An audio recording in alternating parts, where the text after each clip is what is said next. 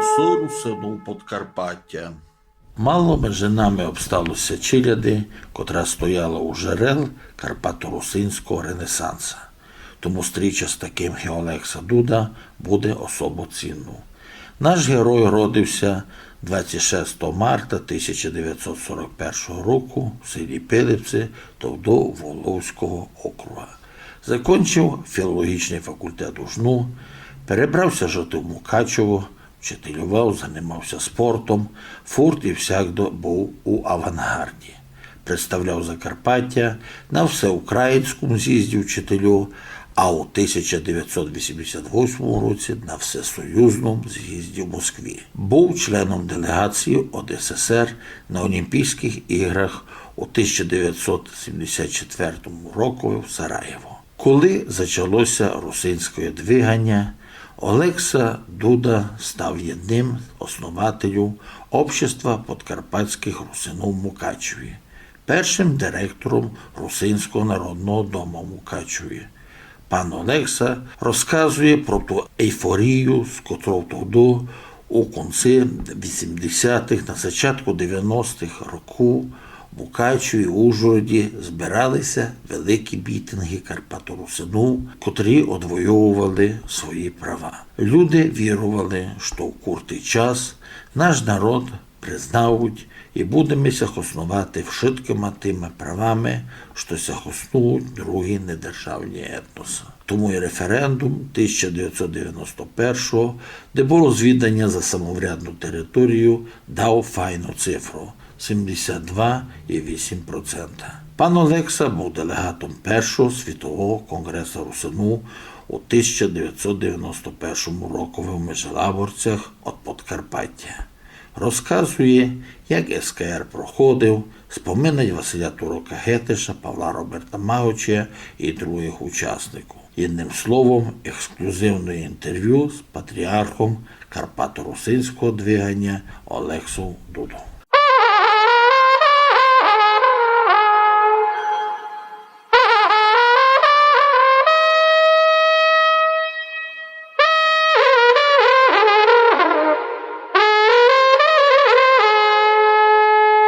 Слухайте голосу русину Подкарпаття. Слава Ісусу Христу! Слава навіки Богу. Пане Олексо, ви родилися в Пилипці у 1941 році, айно? Так. Ну, розкажіть маленько про своє село, як воно позірувало в той період, бо много Так затягнили. що родився у селі Пилипець Воловського округа, Подкарпатська Русь. Я родився при гурті Міклушове, тут ще була мадярська. Регентовим. При мадярах. Село наше все було таке передовое. У нас тут ми мали досить много землі. Був свій бот і при Австро-Венгрії, і при руських, при мадярах, при чехах. А пак тато забрав актив і пішли, коли вже прийшла совєтська власть, то забрав актив села, пішли в Народну раду і просити, аби відкрили у нас школу в Пилипці середню. А у вас не було? Не було. Середню. Середню школу би відкрили. Ну, та була, просьба була виконана, і у Пилипці відкрили середню школу. Тато віддав, там, де був магазин, там ми віддали під один клас 10-річка. Там ходили дуже визначні Виходці з села. виходці з цього села, ну, котрі вже стали потім на файну дорогу і так далі. Ну, в тому числі і мій брат Лука ходив, Пецянин, там, много таких хлопців, що стали великими людьми. Ну, Пилипець усе був такий, знаєте, спортивний. Там і за Мадяр меж був підйомник. Це... Ні, підйомника не було, то був в Волівці, то був скок, називався це трамплін. Трамплін. Ну, скок. Ну, в Пилипці дуже активно ми провели життя. У нас вшитка, вся фамілія то була спортивна. Була спортивна.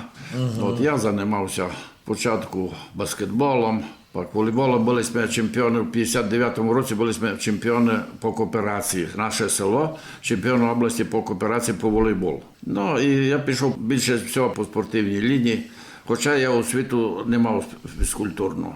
Ви закінчили філологічний? В 59-му році поступив на філологічний факультет Ужгородського університету, потім пішов в армію. І одразу після закінчення школи я так і в школі став робити. А в 60-му році мене призвали у армію. Я служив у Баку, в Азербайджані. Ну, відслужив майже 3 роки. Звільнився в зв'язку з тим, що мене мобілізували для навчання на стаціонарне відділення. Мене перевели на стаціонарне відділення, тому мене звільнили з армії мало скорше. Після закінчення університету пішов робити в своє село. Я теж фізкультуру. Женився на своїй сукурсниці, жінка-угорка. Мадярка. Мадярка. Що преподавала у вас у селі? У селі на початкових класах учила. Ага. Ми перейшли жити у Мукачево, до них сюди. Я став робити перший раз в 5-й школі фізкультуру викладав. Горжуся тими учнями, яких я випустив у 10 класі. Це Роуд Олександр, Росул Василь. Дуже хороша, прекрасна людина, я його дуже поважаю. Після того я перейшов робити у кооперативний технікум. Кооперативну техніку я робив 11 років. Потім пішов у будинок учителя. Директором, тоді був обласний будинок учителя, я там проробив 11 років. Я коли прийняв дом учителя, був в страшно запущеному стані, ужасно запущеному стані, там не було стільців. Я зайняв перше місто через 3 роки, перше місто в області серед будинків культури і дворців культури з першого міста в області зайняв. І то було 2 роки підряд, я займав. Зато мене нагородили, було обком профспілки, поїздкою на Олімпійські ігри у Сараєво, на зимні Олімпійські ігри в 74-му році. Тобто ви були учасником Олімпіади? Я був не учасником, я був в складі делегації Радянського Союзу. Радянського Союзу. Серйозно на той час? Нас було цілий ешелон їхав. Ну, а в складі української делегації нас було 28 чоловік. Коли ви пристали до русинського двигання? Ми пристали у 89-му році. До мене у дом учителя прийшли активісти нашого міста. Це Галай Вільгельм, це майстер спорту по фехтуванню був, Мейсар Олександр, він працював рентгенологом, Михайлович, викладач фізкультури з 2-ї школи. І Олесін, викладач хімії з 20-ї школи. Оця група прийшли до мене, так і так, як ти дивишся на то, бо ми в Мукачеві ми утворили общество русинів. Чому русинський дом? Він був построєний колись як народний дом. Він не був русинський, як русинський. Він будинок учителя. Він при Радянському Союзі, там проводилися культурні мероприятия. А коли він построєний був якраз? О, я теж не знав. То був ще при Австро-Угорщині. Бо практика, я думаю, яка що в була, позирайте, яка практика була?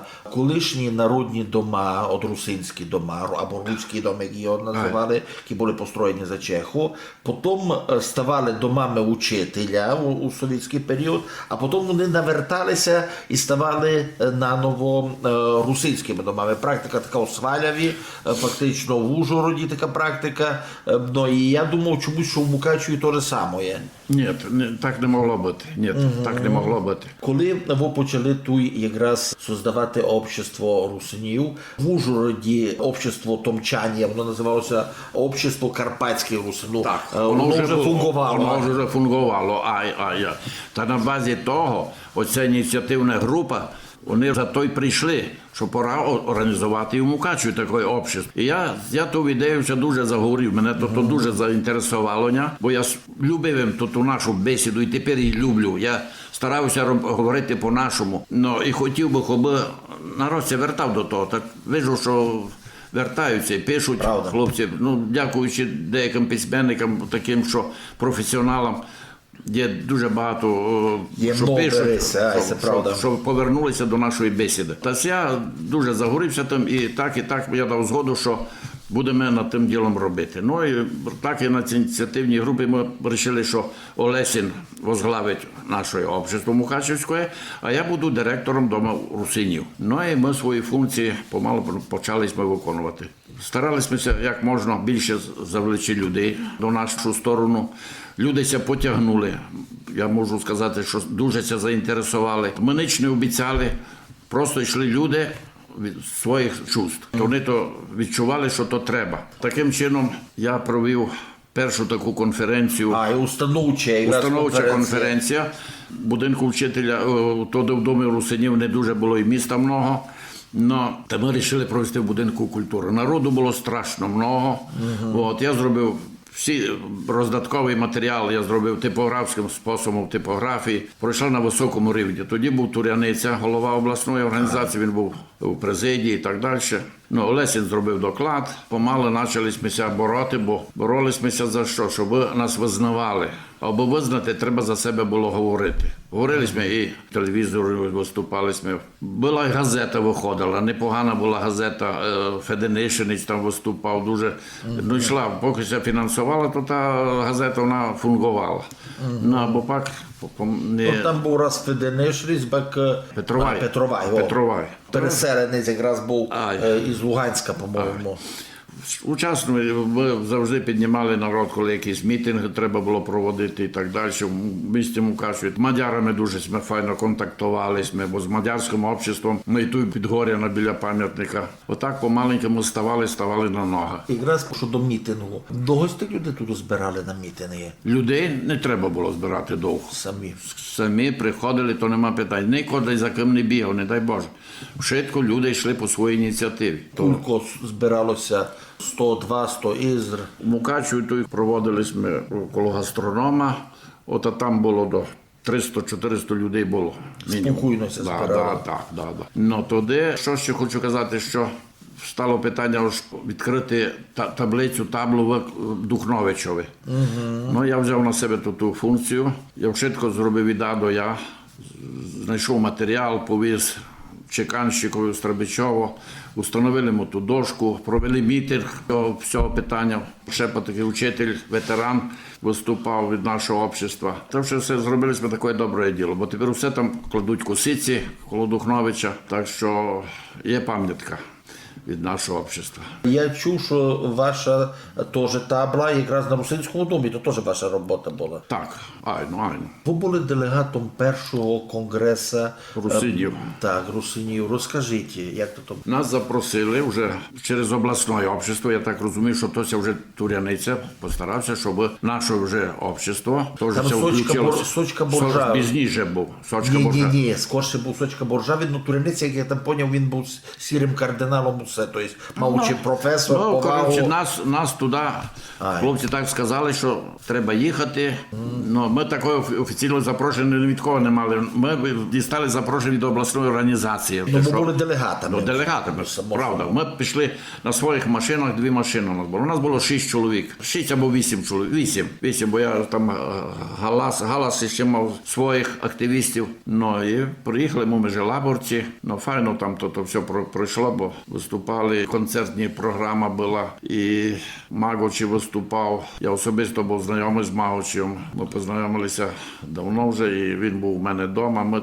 Він мені лишив цілий ряд своїх праць, словник подкарпатський, який він склав. Так що маю пам'ятку про нього. Ну, так що отака була ситуація. По першому конгресові. Пам'ятаєте резолюції, за які ви там голосували? Розкажіть, бо не є фактично кому з нашого боку розказати про перший конгрес. Вже не тямите, ну то само собою. Не тямлю, бо не маю роздаточного матеріалу, не маю.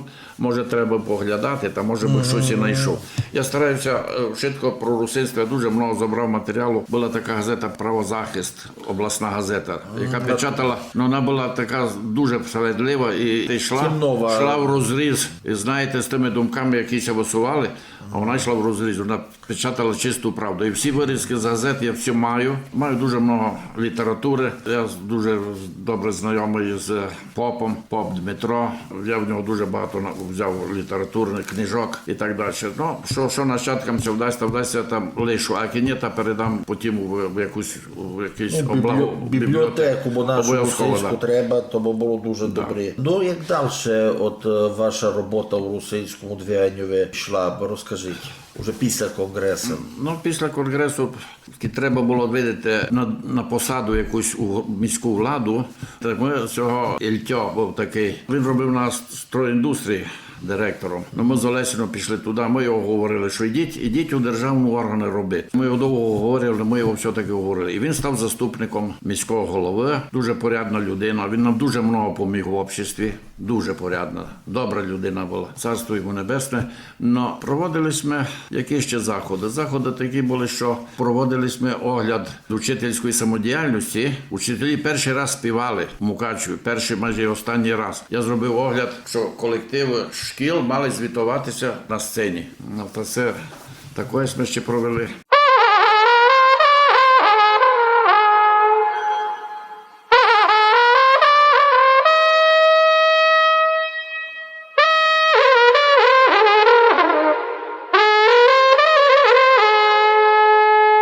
Слухайте голосну русину Подкарпаття. Ці мотиви вже коли було зроблено общество імені Олександра Духновича районної спочатку, або воно називалося... Ви знаєте, ми з ними, пане Юрій, я про цю організацію ніч не чув, коли Алмашів вже переїхав в Ужгород, тоді я зрозумів, що він очолює общество Духновича, розумієте, ну все швидко, все було у плані якому, науковому плані. Ну, для того і создалося, щоб паралельно вести наукову діяльність. Ну, та це він в цьому його заслуга. А так він в роботі нашої організації, міської організації або районної та районів не було взагалі, в організації не участвував. Є дослідження того часу, такі згадування, що русинська ідея на той час мала 5% прихильників на Подкарпаттю. Влада подержувала. Що можете за це повісти? Ну, що повісти, щоб влада подержала? Давайте візьмемо туди результати референдуму. Це можете согласити з тими, що 5%. 72,8 – це великий показник, це велика цифра. Ну, там не руси, то й... Ну, та не важливо, або все-таки, або саму ідею люди йшло до русинської організації. І висказали це на голосуванні. Що ще таке, знаєте, дуже то збентежило одно діло. Коли треба покласти було до Духновича косиці із державної влади, у нас ніхто не поклав косицю з державних чинів. Тепер. Ми говоримо теперка. Це є. Розумієте? Це не лемво замітили, це вже замітили многі мав, коли було теперка 220 років Духновича, не подержали, ну то не нам той, то всякdo по Подкарпаттю не один чиновник не подійшов із чічками і не поклав до пам'ятника Духновича, яких в Карпаттю є, по-моєму, нашим будителям, так. Ну, там всі знають, всі вроді би чистують, а в той самий час це було всякде. Чести не було. Чести не було, дуже шкода. Пане Олексо, розкажіть про свою співпрацю із Грицаком. Ну, Василя Івановича я 2 роки співпрацював. У якому питанні? Я збирав старовинні слова з нашого регіону, з нашого округа, із Воловського, та протягом 2 років. Грицак планував видати 20-томник закарпатських говорів. І досить шкода, що він не увидів світ цей словник. Це колосальна робота. Студенти дуже багато попрацювали над тим, і слідів, де з них майже готовий продукт, слідів невідомо, де вони, де сиділо. Вони просто сталися, наскільки я знав, там один тому йшов, а другий стало неунормовано. Воно так видко десь у записах є. У мене ще є звідання, а ви з ним зналися особисто? Та як не знав, я се вчив там, та якість ми це не знали. Він був вашим викладачом? Я. Дуже порядна була людина, дуже порядна. Ну так, отака ситуація з словником. Цікаво, що де він сидів, цей словник, нема кінців, а такий колосальний труд пропав. Розумієте, то і після Німчука так се стало, там кажуть, комната повна закладена матеріалу. Після Олени Рудловчак перевезлося в Ужгород, теж не є особо в когось охота, щоб з цим робило. Ну, я думаю, що з Грицаком теж саме, тому що якраз робити із словниками, займатися лексикографією, це саме тяжка робота. Дуже тяжка. Тому за них ніхто не бере. То треба було розкласти, він хотів по регіонах. Там словник мав бути дуже такий. Тепер ви берете участь у русинському двиганні? Ні, не беру. Я остався в душі русином і буду ним до смерти, це ясно, а не беру ніч. По-перше, кажу, я як забитий, знаєте, як отшельник, став по-руськи кажучи, ніхто мене не поздоровляв, не світовий конгрес. Я не знав, це є общество взагалі, це є у нас общество в Мукачеві, це є у нас общество. Ну, Лицовичі, по-моєму, воно є, і є Бобинця краєвої області. Ну, то краєве не знаю, но знаєте, щоб не поздоровити з юбілеєм. А, чоловіка, який був... Щось я мені зробив для того, що я був одним із зачинателів общества нашого в Мукачеві. Ну, і то мене страшно, знаєте, то, що обідало, а чудувався, розумієте, як то також забуваємо своїх. Це перше перша біда. Коли забувають своїх, Ну, розумієте, та будуть я такої відійшов не може від бути. того, від всього абсолютно. Кажу, я в душі був і буду, як казав добре. Духовно. Розумієте, бо я страшно ціную нашу бесіду, слабо говорю по-нашому, не так, бо знає, як Файно говорите. Ну, але бо старався, я жону виправляю, вона мадярка, вона, допустим, каже, щось мені так, то я жону виправляю, ти мені так не говори вдома, розумієш, а так майже. Щось повіш таке, ну я виправляю її. З Ну. ким з русинських активістів, діятелів теперішніх ви контактуєте? Тих, кого були з вами робили в той час? Я не знаю, це може Росула віднести до русинів, ну, по крайній мірі, він дуже, дуже толерантна людина. Ну, я його страшно дуже його поважаю. Василь Васильович дуже файний чоловік, Так, всі файний був всі керівник і знаємо. так далі. Ну, а більше, пожалуй, не з ким. Ну, ви казали з Іваном Завадяком. А за Вадяком Іваном Майно, то я дивився до Івана. прозаїк наш. Я з Іваном горжу, бо Іван у нас такий був на курсі, усе Чисто і однокурсник, найліпший, і ліпший був, і вчився ліпше. А я більше по стройках в університеті, там строїв, там будував, там щось спортом це займав і так далі. Ну, а Іван молодець, да. Що йому даний такий дар на старість, що він почав писати, так що це За дуже нього добре вже діло. можна І говорити як за да. класика, тому що Ну, і при тому, ми з що- Іваном спілкуємося дуже добре, дуже. Бо ходимо на- А ще з ким? я в себе вдома, було 50-річчя закінчення університету, я в себе вдома організував зустріч. Бо як сукурсник, у нас було там 15 чоловік прийшло, але всі в мене вдома були. Ми зробили таку зустріч у мене, ну так що таке. Ну, а з Лицовичем, з Злицов, ні, з Бобинцем теж ні. Ні, з Бобинець дуже так скоро 2 слова і ми все розходимо. Ми все здороваємося, ну він не... Ну, ясно, він Мукачеві фактично казав, Мукачево було одним із таких центрів русинства, душов русинства, тому що кажуть, Свальва, ну то маленької, а от Мукачева своїми масштабами, з тим числом людей, які збиралися, то якраз тепер для мене чудно. У Ужгороді, по суті, ситуація теж не з ліпших. Ну, не біда, будемося надіяти все-таки, щось мінять. Ну, плани на будущее є. Ви кажете, хочете в бібліотеку передасти то, що все щось те забрали. Я думаю, забрав швидко, то передам. Лише кому, я з вами ся зв'яжу, бо ви то найліпше будете знати, кому то передати, бо Бог знає, кількося обстало там мені ще на цьому світі бути. Но хотів би, вона і піде то десь. Ну, покажу, маю підшивки там і так далі, маю такі... Пане Олег, ну. позирайте, колись планувалося, я вас перебив, перебачте, но колись планувалося іменно у теперішньому Домі національностей або національних меншин, що було русинським домом, планувалося, що там буде зроблена русинська бібліотека. Обіцяв Степан Ілліч Сікора, такий той був, і він казав, що от вони постараються, бо у нас теж ця проблема, у нас много літератури, от, наприклад, бо з мусорки забрали, то не я безпосередньо, то є той такий із Чернігова активіст русинський Станіслав Ганькович. Він з мусорки, де були увержені усі книжки Петровція, він їх укупив і у нього стоять. Тобто бібліотеку треба. У нас дуже много се позбірувало. Не мають куди передасти якраз Албашіву бібліотеку, бо говорили не раз дочку, так воно се приводило. І ці книжки вони зробили дійсно таке книгосховище. Це, Ну, та ніякого підняти по цьому питанню, та ніякого, та не знаю, вже кидє баби, не стать. Ідіть, чоловічі, та добивайтеся, та подержимо цю ідею. Та в мене Галай, мій сусіда, що він директор тої громадської тої організації, де тепер вони засідають. Ну, та можемо ще щось договорити. Дійсно, це або там обов'язково відкрити, треба там, буде. да. Бо, розумієте, в Ужгороді там не знати, що там буде з русинським домом, там все розвалено. Ну, та там просвіта, там не Ні, просвіта. просвіта вони мають своє, а там на набережній православній А на набережній, Ну, там а я- русинський дом був в просто. файному Так, дуже так, так, состоянні, так, ну так. тепер там солдати. Там конференції це проводили наші обласні по освіті і так далі. Там. Ну, тепер воно розвалено, все розумієте, там не знати, що там буде з тим. От Мукачево є, но русини, я думаю, що мають теж право, як і другі організації, спільні організації на місто, і там бібліотека вийшла, якби вдалося добити, бо є Мукачево, де відремонтований дом національності, і русини там теж мають право бути.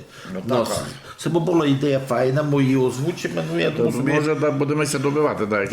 Я в цьому питанні буду говорити навіть за лайом вид з рота. Я таке діло прозондую, розумієте, що там як насчет цього, добре.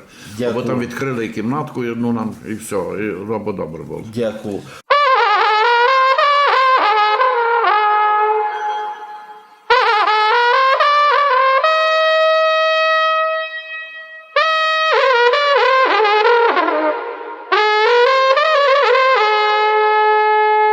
Слухайте голоси русинів Подкарпаття. Що б ви пожадали русинам Подкарпаття, нашим землякам? Більше ініціативи, якось старатися наше рідне слово, рідну бесіду більше пропагувати, бо це все, від цього дуже много залежить. І любити наш край. Так любити мало ліпше, і його люблять то те, що приходять до нас. Кажу, аби любов була до нашої землі. Оце саме наша прекрасна земля, і люди дуже файні, вшитко. Ну, є вшитко для того, аби ми частували, примножували наше багатство, яке нам Бог дав. Дякую. А нашим братам за Атаром, що б ви пожадали? Ну, за Атаром. Ну, так вони, так я на кілька інформований, що вони нас підтримують, як годні. Підтримують, проводять фестивалі, проводять всякі конгреси і так далі у себе. У них там більше маленько є широкий медіапазон, вони і радіо мають, і журнали випускають і так У далі. них держава підтримує. Ну, підтримує, то йде на державному уровні і так далі. Ну, та що побажати? Ми єдналися. Найбільше говорять за нас, вони найбільше говорять за нас і так далі. Ну, от. Та й помалу, може, з Божою помічю за нас заговорить світ. Ну, дякуючи якраз за Атарним братам, ми можемо вести голоси русинів Подкарпаття, маємо оцю знину, дякуючи тому самому Маучеві. Ну, фактично не є, щоб помочі ми у них не мали, маємо, слава Богу. Ну і що б ви пожадали слухачам ЛМФМ, якраз радіо, бо це чув, слухав, Ну, це все така новинка, там я все не знав, я чую від вас, що це така новинка, та підключатися до цього радіо, ну, бо це наш єдиний такий рупор, бо не маємо новинок, не маємо того, а підключатися і більше про себе говорити, про своє відення нашого русинського діла. Ось це б хотів побажати, аби це радіо жило і несло у маси в наші добре слово. Дякую, пане Олексо. Дякую, що я мав можливість з вами побесідувати, бо знайти чоловіка, котрий був у зачатку русинського двигання, і котрий серцем стався той, який любить свою землю, і який вірить у те, що русино на цій землі будуть жити. Це дуже добре, що ви є. І я думав собі, що на будучному ви ще не раз нам підскажете щось добре. Пане Юрій, я мігся обстати жити в Америці. Я вже там жив 6 років, в мене син там старший і так далі. Но мене тягнуло думів. На думівство. От, а ще й сина золотого маю, Туйка, на котрого це може сперти. І він теж такий, він патріот, любить нашу землю, він нікуди не виїхав і нікуди не збирається виїжджати і так далі. Це може цінити в ньому. Це патріоти, котрі Туйка живуть, котрі наше слово несуть і так далі. Так що я на тих позиціях стою. Жити Туйка, пропагувати, піддержувати, от що. Частувати своє. Дякую. Я дякую вам.